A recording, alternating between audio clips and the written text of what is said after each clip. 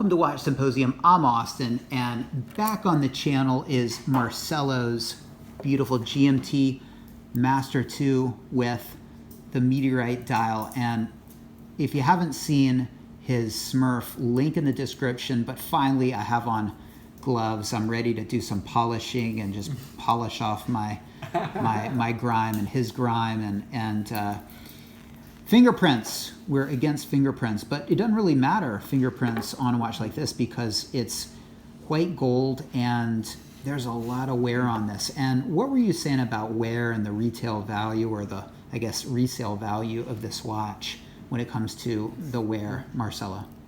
Well, I know who is fortunate enough to be able to get or buy this watch.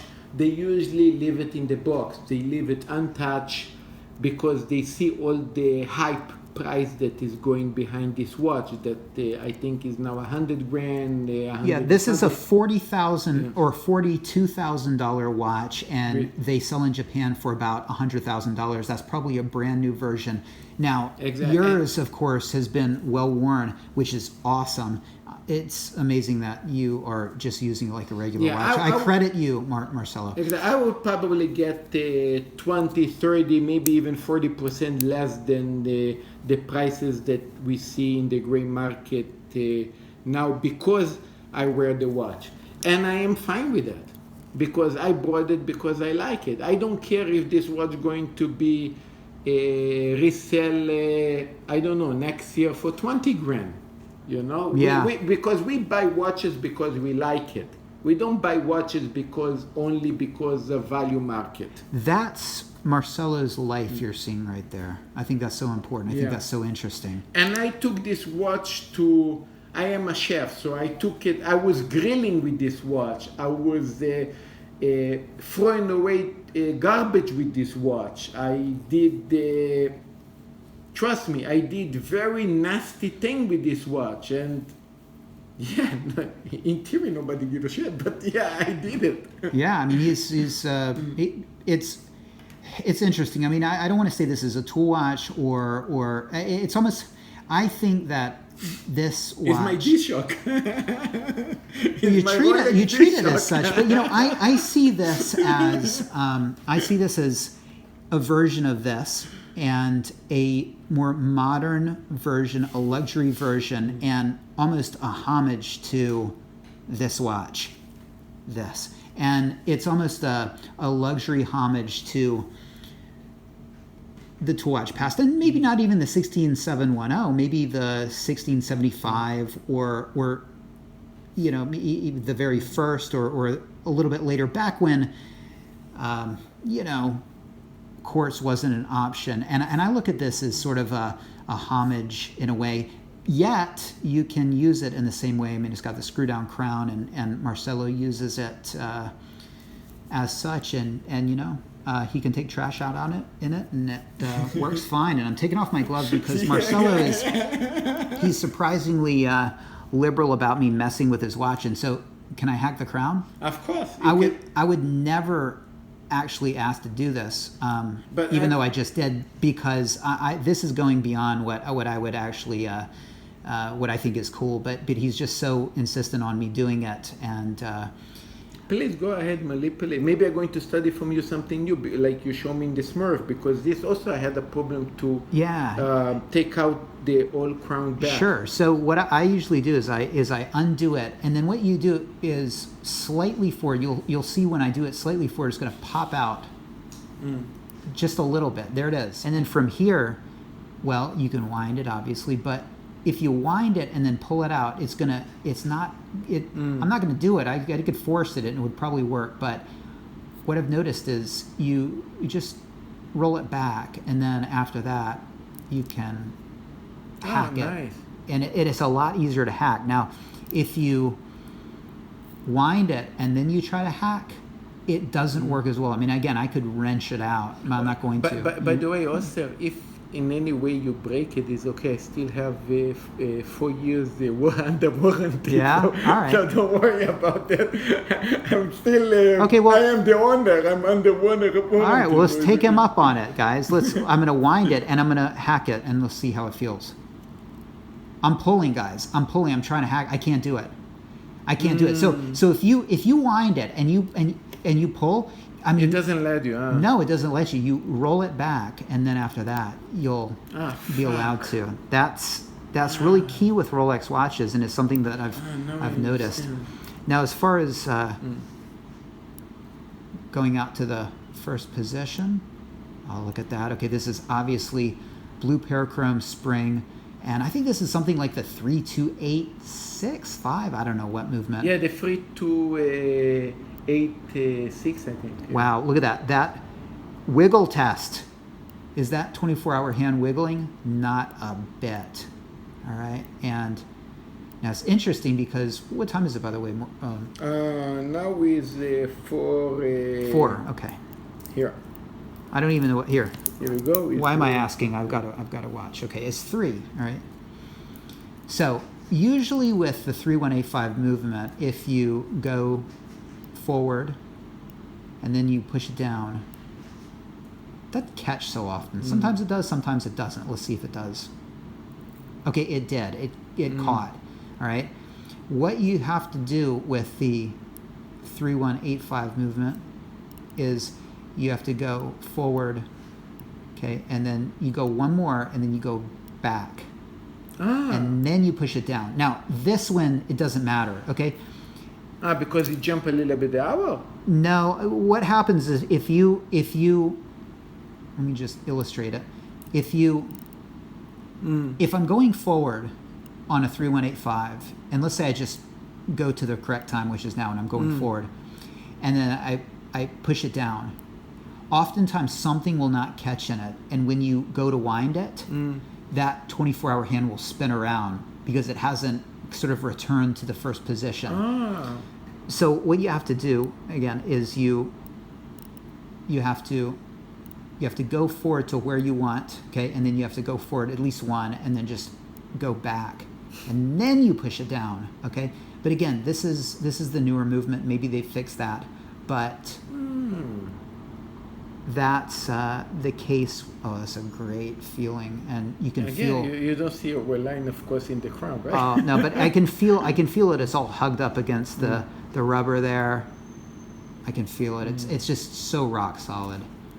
And there you go. It's upside down, which we know is fine. We talked about that in the video. Link in the description to the Smurf. But I'm very tempted to show you on here, but I don't really want to mess with it. That's something I don't really like doing is undoing the crown and. You don't play too much with the 5 days. Nah. Yeah. Well, I don't know. It's just dust and all that kind of stuff. And so, while I gladly fuck around with yours, mine, no. But anyway, that's this is a fantastic watch, and of course, 24 click, and it feels great. It's got a soft, silent click, and look, can you mark time as well as something with a 120 click bezel? Maybe not, but good enough. I mean, look, you can mark time well enough, right? There you go, good enough. That's close enough to that. And look, if it was 1 minute prior, then this is fine. I mean, or this is fine, or this is fine. Or if you're marking a train time, okay, well, then let's say the train time is 35 past the hour. Okay, well, that's fine. Well, what if it's 34 past the hour? Well, you either do this or this, okay? Well, on this watch, you get it perfect, okay? On this watch, you set it to here. You get to the station a little bit early, and on the platform, you spend that couple minutes enjoying your modern Rolex, right? So what I'm saying is that 24 clicks is enough, even if you want to use it like a sub bezel, right? Silent, bidirectional, okay? When you're in a meeting and you want to mark the time, or you want to do something with the bezel insert, unobtrusive. Can you hear that? You can't even hear it. You feel it. That's high quality, soft. But it doesn't click like a Submariner. Can I see one of your Submariners real quick? Hand me this one. Yes, all right. Listen to this. All right, so the company president, he looks over as you keep doing it. And he says, Austin, you're fired.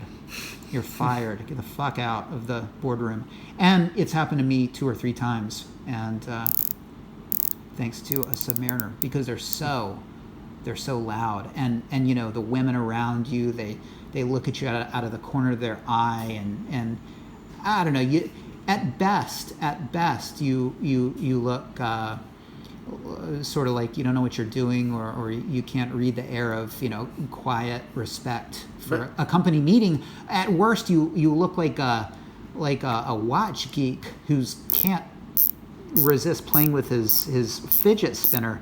And so that is why. By the way, Austin, also the 5-digit Submariners make that much noise in the Bezel? That's a great question. I don't even remember. Maybe not as much, but enough to get your ass fired. That's for sure. You know. But listen to this. Awesome. And what happens if you overshoot it? What happens? Oh my God! I overshot it. What happens if you overshoot it with this? Right? Well, you got to spin all the way around. It's unidirectional. What do you do with this? That's what you do. That's convenience, right? Check this one out. I wanna mark the time. Oh my God, I'm drunk. Look at that. Yeah, but how easy was that, right? I didn't unidirectional. I didn't need to go around again. I mean, look, nobody's using these unidirectional bezels as a diving safety. Yes, and nobody's using the wetsuit extension, but they have to put them on, because if they don't, it's an admission that these are indeed homages to watch pasts, and you can't use them in the same way, and that would just be too much. And I think there would be an uprising among people like us, and saying you're no longer you're a luxury tool watch in you know, a tool watch in luxury form, or a luxury watch in tool watch form, and you're not real anymore, and you can't use them in the same way, and it would just be, we would rebel. And Austin, before the comments going to come to you, mention that this is professional diver watch, that's why the bezel doesn't turn back. Again, we're talking about so much difficult watches to get, and nobody really use these watches no more for diving, so they really don't need necessarily the diving professional bezel, right? Yep, that's my whole point there. Yeah, good. And as far as the crown, look, very thick, Triplock crown, and mine's got a measly. Yeah, your crown is very tiny. Yes, very. Look how tiny that is. Look at that. When I saw that, actually, it was look at that. It's got a what is that called? A twin lock crown. It's not triple lock. No. This is a twin lock crown, and so let's look at them. Wow. Now, I gotta say, I prefer the look of the twin lock. I like this look more, but setting this and winding it is a bit of a bitch, okay? And I'll tell you why. It's because of that bezel ring right there. It kind of encroaches on the wind a bit, just a bit. Right, it's my only complaint. You have the rivers here. Nice. What do I have? The holes here. It's beautiful. Oh yeah, holes, right. So, guys, what do you think? They're both beautiful, and is this a homage to their more tool watch past? And hey, is a 16710? I mean, is that even a tool watch?